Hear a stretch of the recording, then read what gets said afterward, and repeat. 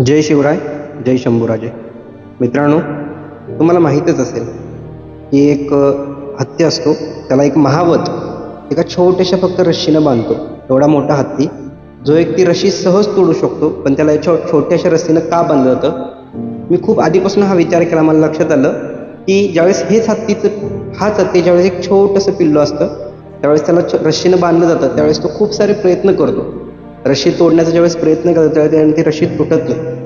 रशी तोडण्याचा तो प्रयत्न करतो, ओढण्याचा प्रयत्न करतो, रशी तुटत नसताना त्याला असं कळतं की आपल्याकडे रशी तुटणार.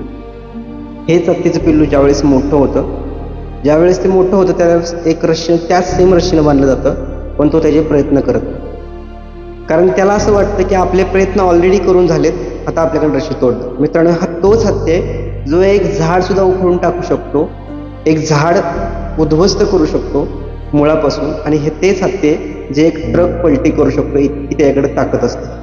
तरी सुद्धा आज बघू शकता, एक हत्ती एका छोट्याशा रस्सीनं बांधला गेलेला आहे. त्याला कारण फक्त एकच आहे, त्याचा माइंडसेट, त्याचे विचार. त्याने एकदा प्रयत्न केला, त्याच्याकडनं शक्य नाही झालं, त्याला असं वाटलं की आता आपण आयुष्यात हे कधीच करू शकणार नाही. त्याने प्रयत्न करणं थांबवलं. आयुष्यात असेच काही लोक असतात, त्यांचे प्रयत्न थांबवतात आणि अनसक्सेसफुल राहतात. धन्यवाद.